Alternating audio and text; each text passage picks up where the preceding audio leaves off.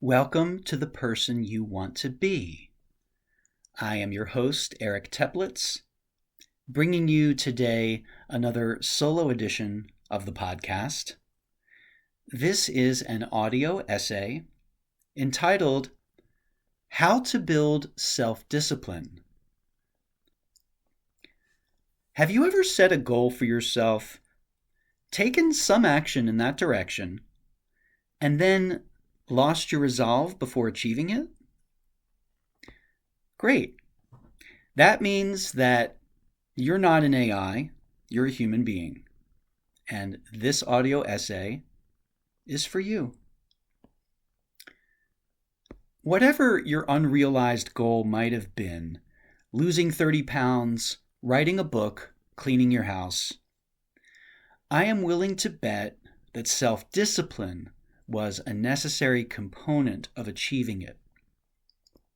So I'd like to share here a 7-step process for how you can build self-discipline, derived from my own experience training for and completing my first ever marathon.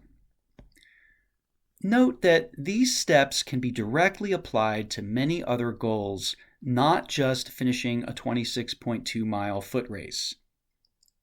That said, I will use the example of my marathon journey to elucidate each step. Step number 1.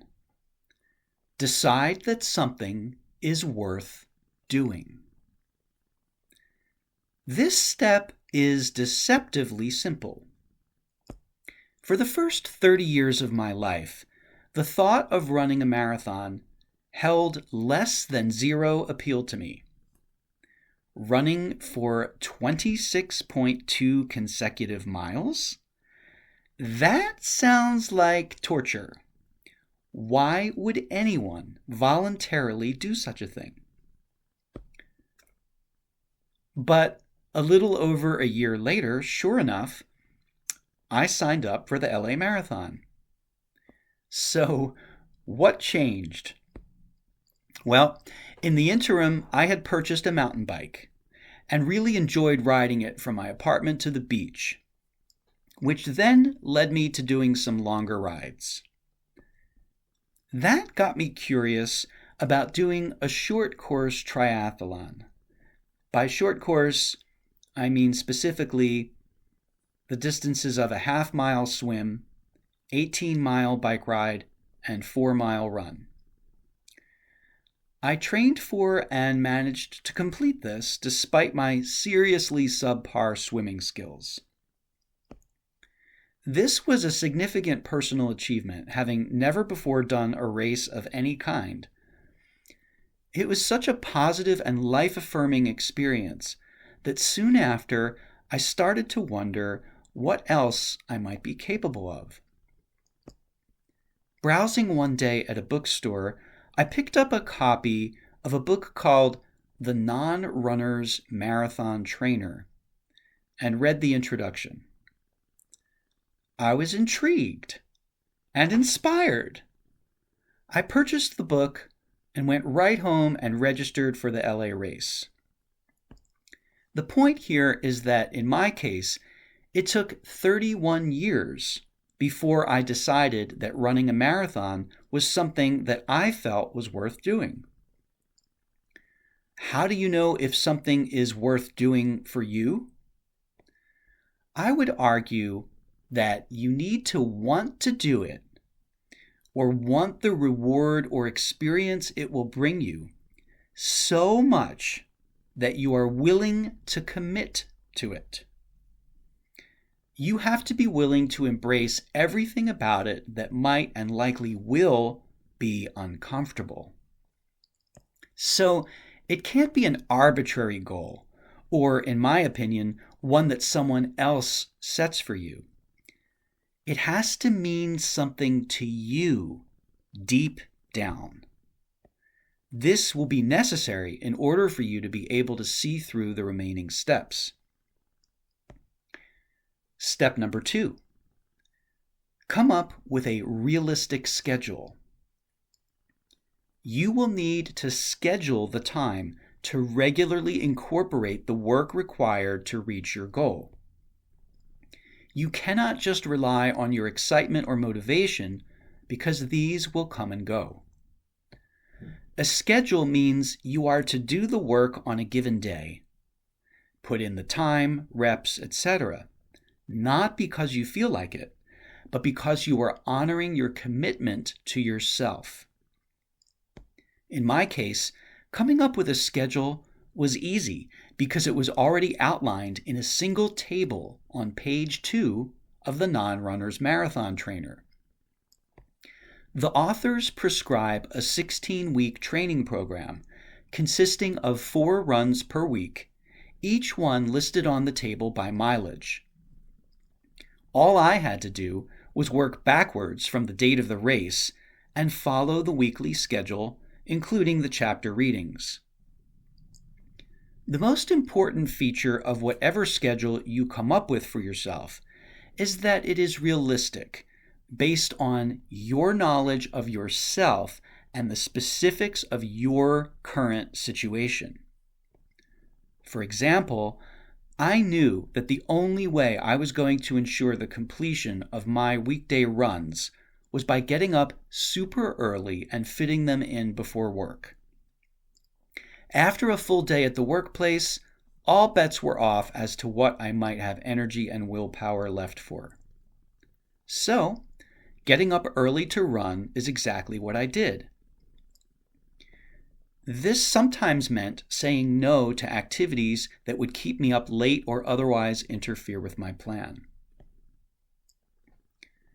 Step number 3. Push through the discomfort and do the thing. Well, there's no getting around this. When the calendar or clock or phone or alarm says it is time, it is time. If what you are committing to is something you are not used to doing, keep in mind that it will take some time to get used to it and to make it a routine. The good news is that getting over that hurdle of discomfort in the name of seeing through an important commitment you made to yourself is hugely empowering. This is the real muscle you are building. Step number 4. Gradually increase the dosage. Start as small as you need to. You may feel, for instance, that you can do anything for 1 minute, and then increase the dosage gradually from there. The book that I used to guide me through my marathon training, written specifically for beginners or quote-unquote non-runners, remember, suggests giving yourself an additional month or so prior to beginning the 16-week program to build up to running a distance of 3 miles, which is the distance of the first official training run in week 1. The weekly mileage of the runs in the training program itself then increases gradually. Step number 5. Experience the benefits. Stick with anything long enough, and you are likely to see tangible progress. Pages written, improved mood or physique, a greater ease with something that was at first difficult. Not to mention feelings of accomplishment. Once I surpassed runs of 6 miles in length in my training program, each week's quote-unquote long run became the longest distance I had ever run in my life. Along with self-discipline, you are building self-confidence. Knowing that you can push through discomfort for some higher cause is a priceless gift that only you can give to yourself. There is great satisfaction to be found in working toward a goal you have deemed meaningful or important. In fact, don't tell anyone, but that's where the real juice is, often more than in the accomplishment of the goal itself. You are probably learning another of life's great secrets at this point. The doing of the activity is usually not the hardest part. It's the getting yourself to do it, overcoming inertia, starting. Often, the activity itself feels good once you get into it. Once you are involved and engaged, you may even experience flow states and genuine joy. Now, if you're not getting anything positive out of the enterprise, if you're truly not enjoying what you are doing or not feeling good about it at all after what feels like a reasonable amount of time and effort, and by the way, maybe get some feedback from people who have accomplished what you are trying to do as to what constitutes reasonable. Maybe you have come to the realization that what seemed worth doing was more of a should seem worth doing than a burning desire from within. That's okay. I've done this. All is not lost. Maybe you have clarified something for yourself and can let go of this particular goal, at least for now. There is liberation in that. Acknowledge yourself for your efforts. They have not been totally in vain. You have stretched yourself. You have explored something and gotten a sense of what it is like based on the reality of it, not simply conjecture. You no longer have to expend mental bandwidth wondering about it. You've probably learned new things too, some of which may even come to unexpected use to you in the future. So, whether you feel disappointed or relieved, or maybe a bit of both, the experience is still a win. It means that you can now make room for something else in your life, something that currently feels more alive for you. When ready, return to step number 1, which, as you may recall, was decide that something is worth doing. Moving on to step number 6. Step number 6, draw upon your growing points of reference. Okay, if you've made it this far, you're committed, likely enjoying the process to some degree, and are on your way. Still, motivation will naturally wax and wane. Sometimes you'll be decidedly unmotivated despite the progress you have made. This is where drawing upon your growing points of reference is essential. And it's step number 6 for a reason. You need to first have accumulated some successes, built some momentum, and experienced some benefits in order to implement it. Almost always, I felt better after a training run than I did before I started. By recalling through your own actual lived experiences and memories that A, you are capable of taking action even when you don't feel like it, and B, you have benefited from doing so, maybe even felt substantially better as a result. It's much easier to convince yourself to take action again, to get over that ever-present hurdle of starting, because you know you will thank yourself for doing so. The more instances your brain can refer back to of having shown up and been glad that you did afterward, the more persuasive your case to yourself will be when yourself is in need of persuading. This is a game changer and can make all the difference in building and maintaining self-discipline. It's a powerful technique, but you have to earn the privilege of accessing it by moving through the previous steps.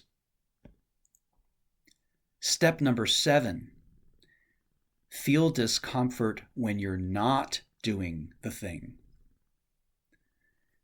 Think of a healthy habit that is now second nature to you. Maybe it's brushing and hopefully flossing your teeth every day. Occasionally, something may interfere with your routine of getting this done. Perhaps being out of your usual environment or feeling under the weather.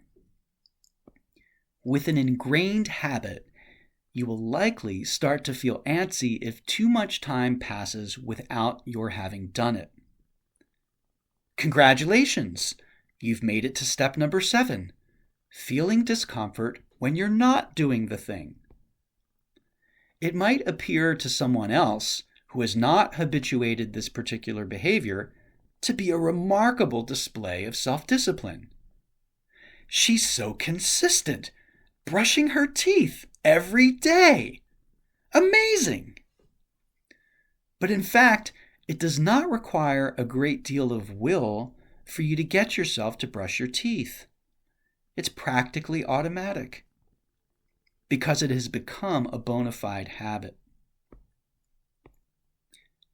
On March 7th, 2004, at the age of 31, I did something that for most of my life up to that point, I never imagined I would even consider doing, let alone accomplish. I ran a marathon.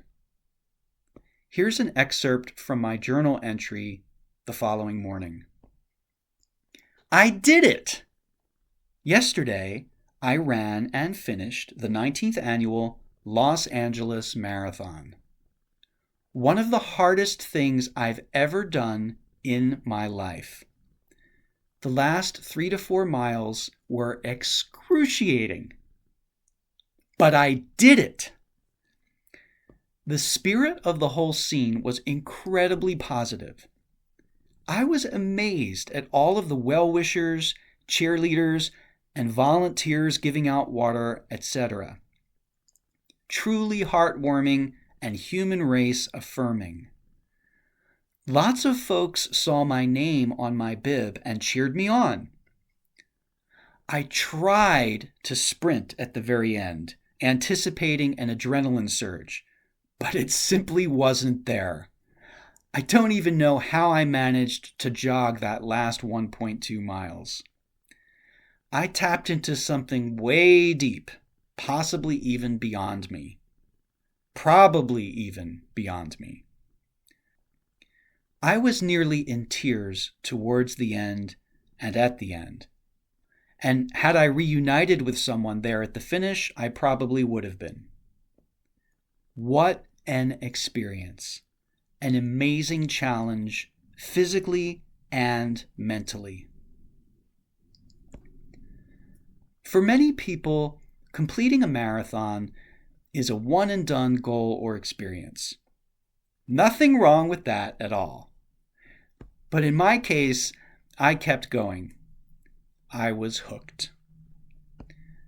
Over the next decade, I employed what I learned from this undertaking and completed a bunch of half marathons, 2 more full marathons, a number of century rides, those are 100-mile or longer cycling events, and triathlons of various distances, culminating in an Ironman triathlon, which is a 2.4-mile swim, 112-mile bike ride, and full 26.2-mile marathon, back to back to back in a single day.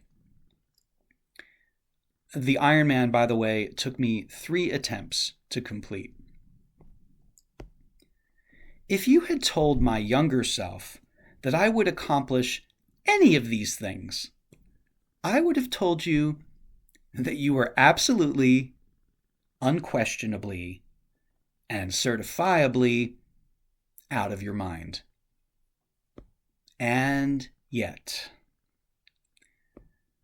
we are capable of so much more than we tend to believe ourselves to be.